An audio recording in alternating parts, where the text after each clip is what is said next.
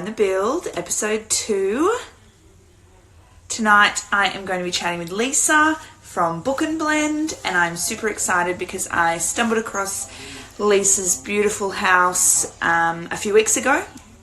She has just popped on now, so let's see if this works.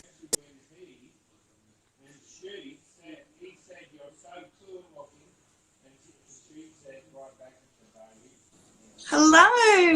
Hi. Welcome to Behind the Build. Thank you. Thanks for having me. And it worked. Yeah, I had issues last week, so I'm so glad that it worked tonight. Just tech savvy chicks. Go on. Winning. And I've pulled everyone away from The Voice. Were you watching The Voice? I was. Yeah. I was watching The Voice. Sorry, I pulled you away. I just turned it off. Yeah. So why don't you start? Tell us a little bit about who you are and where your beautiful home is. Okay, well, my name's Lisa Booth and we live in Northern Victoria. I suppose my background is that I'm a farm girl through and through. I was a country kid, so, grew up riding my horse and wearing flanny shirts. And actually, I only just took a flanny shirt off not long ago. So, once a country girl, always a country girl. So, my background was very much kind of in the countryside. My heart's always been in the countryside. So we're still here now. We live in a tiny little community called Kai Valley. I think there's about 327 people live in our community and a whole heap of cows, lots of cows. Nice. But we don't live too far away from a small town called Kyabram of about 7,000 people. And then we're quite close. We're only about 40 k's away from both Echuca on the beautiful mighty Murray River and Shepparton. So, yeah, we're in Northern Victoria. Beautiful. And the house that you're in now is what we're going to talk about tonight. Mm-hmm. How long was that project in the works? Tell us about that. Ooh. Do you really want to know? Long time. Okay, so about 10 years ago, my hubby and I, we have 4 children, and we were living in our dream house that we built and renovated. So we've done this 4 times now, and so that was going to be our forever home, and we kind of hit the pinnacle of what we wanted to do. So it was a 100-year-old farmhouse, and we we doubled it in size and did a full kind of sustainable reno on it. Yeah. And the reno or the extension on it was totally all passively designed and done sustainably. Mm-hmm. And so we were going to live there forever. We got married there, and, it really was our forever house. And that's what we told everybody. And everyone went, oh, yeah.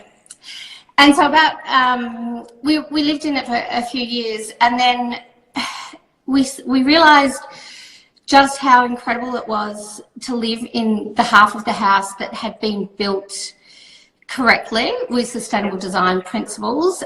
So it functioned passively, so it kind of heated and cooled itself. And so unfortunately all the big what if questions started circling around in my brain again, and my hubby and I are not a good mix because there's really not a sensible one between us. So I started saying, what if we could do this with a whole house? Like we've proven we can do it with half a house. What if we could do this with a whole house? Yeah. But we were quite attached to our house that we had. So we kind of thought, well, if the perfect block turns up, maybe we will consider it. Yeah. But it was quite a big leap given we were in a really beautiful home. But once you get a little taste of just how perfectly a house can function, it was very hard to squash the idea of the dream of kind of going, let's see if we can do this to a whole house. And so at the start, I suppose, I started dreaming and researching. So I'm a serial researcher. So I research for fun. And I started looking at, well, if we were going to do this and try and build a house that was totally energy efficient, passively designed, heat and cool itself, built totally off grid, so have not be connected to any utilities, powers, gas, anything, you know, how much was this going to cost, and was it possible? And I was quite shocked when I started researching that it seemed like there was only two types of categories that homes that we wanted to build fit into. I think I liken it to the wedding industry. As soon as you say something's for a wedding, the price triples. Yeah. And there's the same issues in the building industry. So as soon as you say something's eco-friendly or sustainable, it's bing, bing, bing with the price tag. So I felt like the only homes that we could really find were really beautiful, magnificent, architecturally designed homes that were insane and way out of our budget, not even in the same stratosphere. Or there were homes that were, you know, the owner didn't mind a bit of a life of sacrifice. They were really committed to environmental outcomes. So they didn't mind being quite cold in winter and, you know, lighting candles to see and those kind of things. And there was this real information gap in the middle, and we just thought, why is it that the normal, average, everyday Aussie family find it so difficult? Why is there this huge gap in the market? Surely it can be done. Surely you can build a really efficient home and live for the rest of your life with no bills and do it, you know, live comfortably, but also do it without breaking the bank. Yeah. And so that was where we started investigating, and we found the big gap. Big gap. It's a really big information gap, because I think the people who do the architecturally designed masterpieces put all the trust and the faith in the architects, who are amazing at what they do. They're incredible. But we don't all necessarily fall into that category when we're building homes. Yes. So so there just was a big gap in the market. Yeah. So, okay, so tell us what you did. So you did your research. Yes. And you knew you wanted to build an off-the-grid, eco-friendly, sustainable house. Yeah. So who did you go to help you plan? Did you guys, talk to me. Okay, so I designed the house, but this is where I acknowledge that I had a leg up, because when I left high school, I moved to the big smoke and did a science degree. And when I came home, I spent 20 years working in agriculture and community sustainability projects. So I had a long time to, you know, I soaked in a lot of information throughout that time, and I was lucky throughout that time to do things like building thermal performance courses, star rating courses, and things like that through my work. Yeah. So I was already very passionate about doing our bit for the environment through my work.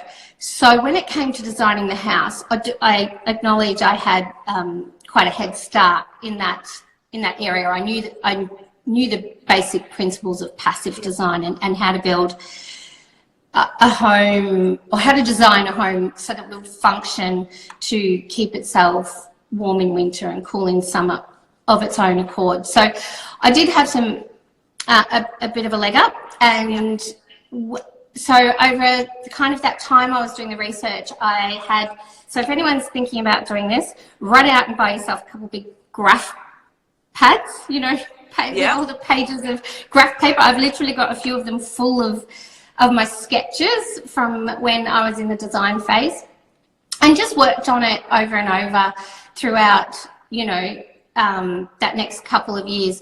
Finally got it to a stage where I was really happy with it, and then took it to my building designer, because, you know, they're fabulous at what they do. So they turned my sketch into full working drawings that a builder could actually use. Yeah. But to be really honest, even with the training that I'd had, my number one go-to, the thing I had tucked under my arm for the whole time, was the Your Home manual that is put out by the Australian government. And it is the most, I've got it here. I was organised. Love it. So this book, it's quite, look how fat it is, sorry. So this book, there is a whole section in here, a whole chapter in here around passive design and sustainable design. It is unbelievable. It is so simple and clear. I literally printed that chapter out and highlighted it and stuck it all over my wall when I was designing the house. Yeah. So that was the smartest thing I did whilst designing the home. I then took it to the sketch to a building designer, and we had quite a bad experience in that we said, this is what we want. We want to build a house that's off-grid, uses very little energy, and they brought us back designs or sketches that were orientated completely facing the wrong way. And they said, oh, the house would look better facing this way. So we spent $2,500 on a design that we put in the bin. And then I continued to work on that design, and then took it to a building designer who was wonderful and really bought into the whole project, and really got on board with what we were wanting to do. So did you have your budget from the start as well? So did you go, right, this is what we want and this is our budget, and we're not moving? We can do this. Yeah, pretty much. So we worked out to do it because we had a beautiful, comfortable home where we were. You know, it had a pool, and it was it was meant to be the forever home. So to do it, to sell up and build this place and start from scratch, we had a number. Well, it was 400,000 that we decided that was a number that we could spend on the house. So there was a couple of reasons we came up with that number. One was there was no way we were willing to spend any more. So we really like to, we have a focus around that we would prefer to live with less. We'd rather have an underwhelming house that's small and not kind of have live with that stress of mortgage and repayments. So we worked out a number that meant that our mortgage was small enough so that we could still do all the things that we wanted to do with our kids. And we just had to make that our number one priority. We had to come back to that over and over and over again. And the reason is that when you're building, everybody else who you are connected to throughout a build benefits from you spending more money. Yeah. You're the only one that doesn't. You end up with a bigger house or a nicer house or whatever, but you're the only one that ends up, you move into your brand new house and your mortgage is enormous, and that impacts your life quite drastically. So we set a number that we felt like wouldn't cause us too much stress going forward, and we stuck to it.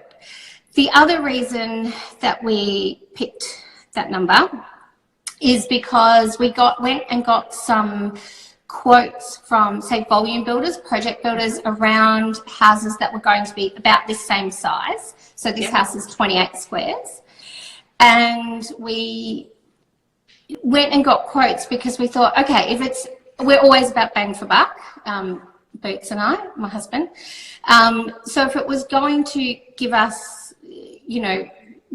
be better for us financially but still meet some of our goals, then we would go down that path, because it's totally doable to build a Matricon or a Simmons or something and do it sustainably. It's absolutely 1,000% doable. Actually, any house you can build passively and sustainably. Any house that looks any which way you want it to. A beautiful old farmhouse like our 100-year-old farmhouse that we did, or this house, which is quite industrial. So we thought, okay, if it's going to be better for us, we'll get a price. So we got this price of about $400,000, kind of kept coming up. So then we decided, right, well, this is now our opportunity. We need to be able to show that you can build for that same amount as, say, a volume or a project build, home build. We need to be able to kind of prove to ourselves that we can do this. We can build a full off-grid passive house that is never, ever going, we're never going to have a bill for ever again. Yeah, pardon? That is just phenomenal. And it was, in the end, it was so much easier than we thought. But, you know, at the time, it just seemed like there was so few homes, and I think now that there's a bit of I feel really excited that maybe there's a bit of a groundswell around, you know, we might have been on the front of the curve, say 3 years ago when we started this, but I really feel like there's this a bit of a grassroots movement around people now when they build. The status quo when we started looking into it 5 years ago was that it just wasn't doable. I didn't even know of another person who had done what we were proposing to do.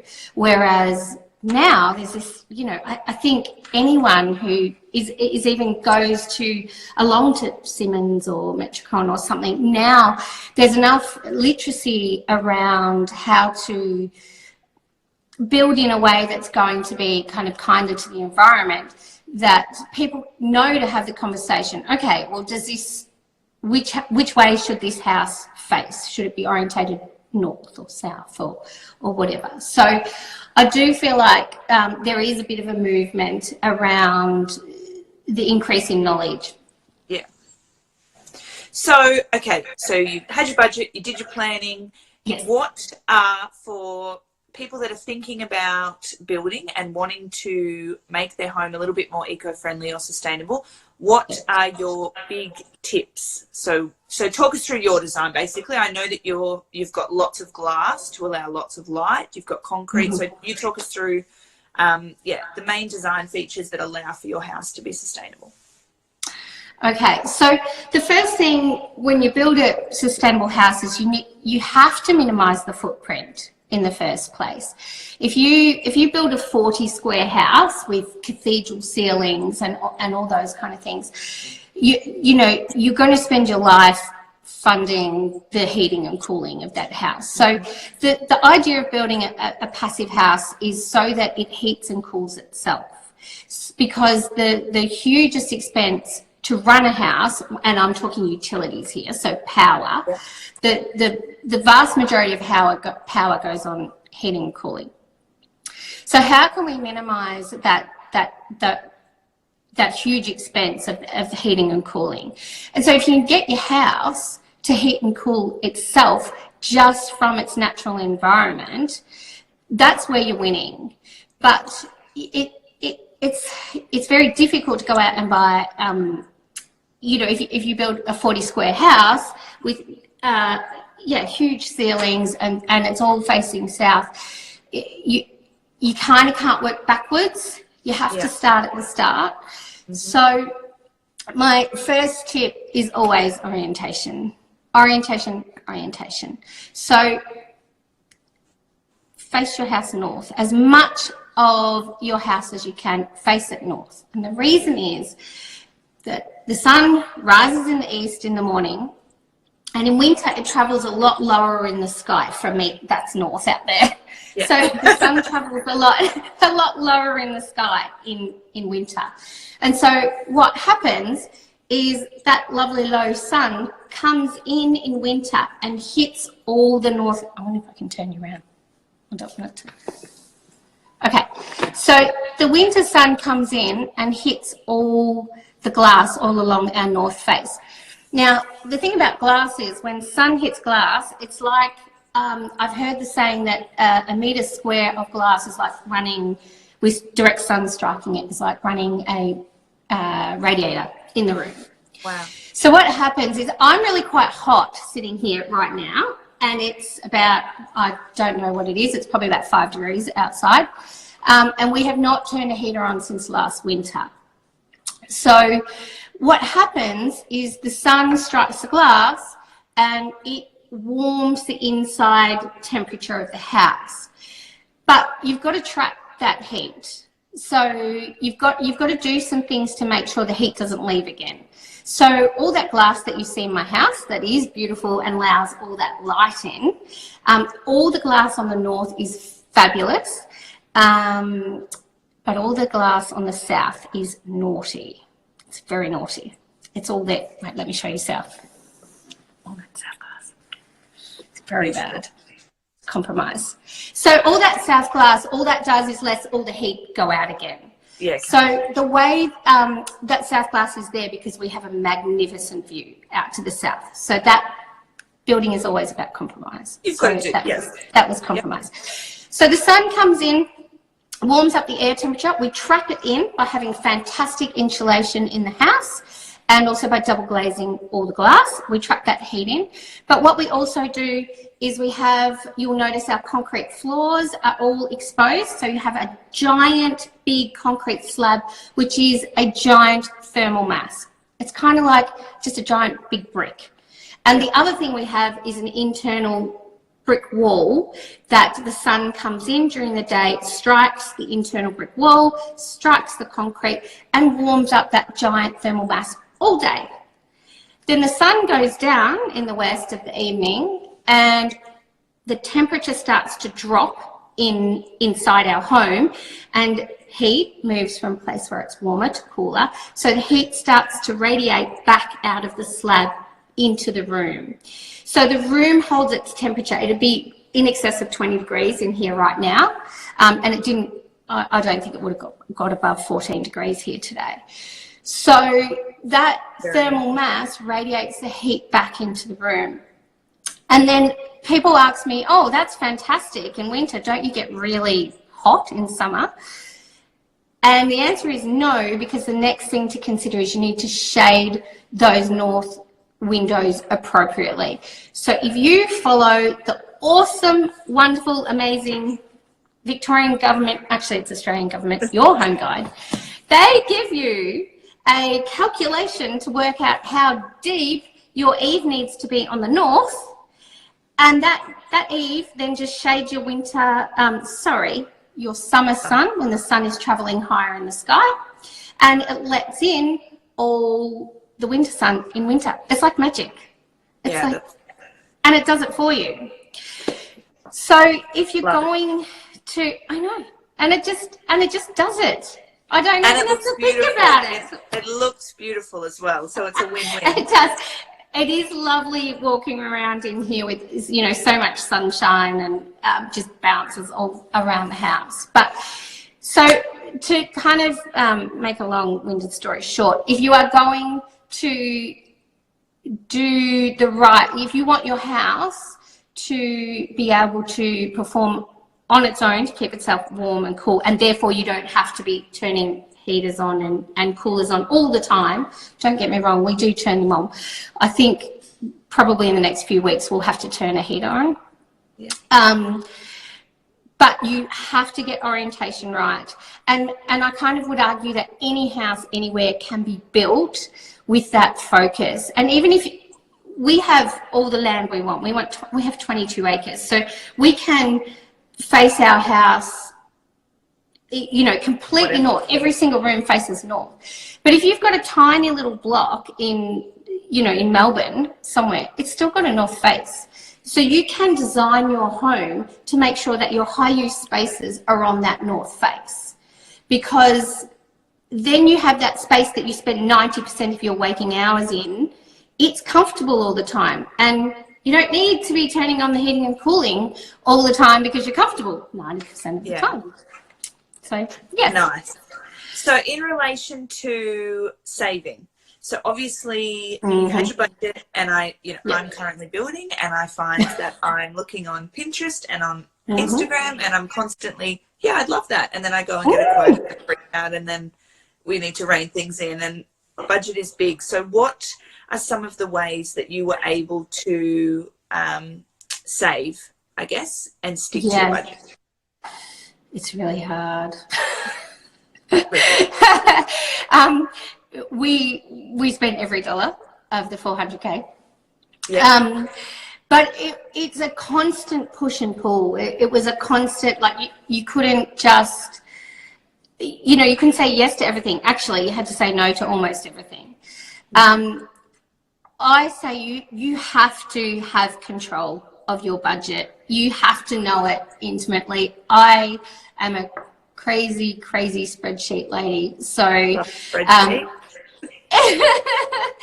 so it's a daily task when you are building to be updating that and keeping your finger on the pulse, because the second you take your finger off the pulse, you kind of say yes to a few more things and things start to blow out.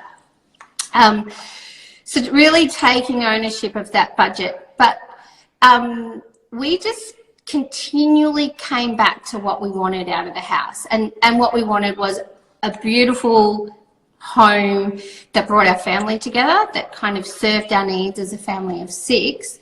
And we didn't need much more than that. We didn't need anything fancy or flash. And so, as you can probably see behind me, I have this is an orchard area around here. So there's old fruit bins on the wall down there on our fireplace. One of the quotes I got for beautiful stone for that wall was, I can't even remember, it's probably make me go grey. But, you know, instead we went down to the local farmer and grabbed the fruit bins and stuck them on our wall. And there's Bunnings, I wanted some brass in the house, and I got a quote back then and it was hideously priced. And so I ended up going to Bunnings and getting garden taps that are in our powder room. So it was always about compromise, and it was also really a great tip or trick can be about buying things off the shelf. Yeah. So I think there's a lot of glass in this house, but every single piece of it is just off the shelf standard kind of house glass rather than commercial or architectural glass. Yeah. So I just jammed a whole heap of normal kind of house glass together because I wanted a whole heap of glass. Yes. I just, rather than one big frame, you've got... Yeah, rather than magnificent, which, don't get me wrong, I spend a lot of time on Pinterest and Insta admiring beautiful things like massive big pieces of glass. But, you know, you get the quote for something like that and you change your mind really quickly. So I think sticking to really simple, tried and tested building techniques is a huge secret. Because as soon as you start doing, you know, interesting, lovely, jagged shapes and, you know, ceiling height changes and things like that, it's just cha-ching, cha-ching, cha-ching. So this house is 2 square boxes connected with a little walkway thing because we had to have a change in height. Our top pod had to be higher than our lower pod. So it's just 2 square boxes. So there's 8 corners in this whole house. So, and we got a builder to build for us that just used traditional methods. Every single house that you build, traditional normal houses can be built sustainably and built using those passive design principles. There is nothing tricky or interesting about this house. What is your favourite part of your house? There's a lot of things. Favourite, okay. I'd have to go with my favourite thing is that it seems to be making people talk. So it seems to have sparked interest around the fact that you can just be a normal, average, everyday family without a very huge budget. Well, a modest budget. It wasn't small budget, but it wasn't enormous either. Yeah. And that you can live for the rest of your life without bills, no bills. So we don't have a power bill at all. Do your bit. You know, this house will produce no carbon. we will not contribute to any environmental destruction for the rest of this house's life. And it was all doable on a modest budget and is perfectly comfortable and just a lovely way to live with all the natural, you know, the house holds that natural temperature. There's all that natural, flooded with natural light. It's connected directly, every room in the house is connected directly to outdoors, to nature. It is a really, really lovely way to live. And I hope that people can see that anyone can do this, that any house can be built like this. So that's probably my favorite thing, that if this house can create some conversations about how simple, those passive design principles are so simple. It's just, it's going back to basics, what we know. Yes. And that's exciting. That's really exciting. Yeah, and let me add, your house is phenomenal. It should be on Grand Designs. I absolutely love the show. When I stumbled across your house the other week, I was like, wow, this is magnificent. And then when I was looking through your feed and I saw that you were able to build it sustainably off the grid and for that 400K budget, I was like, I need to talk to her.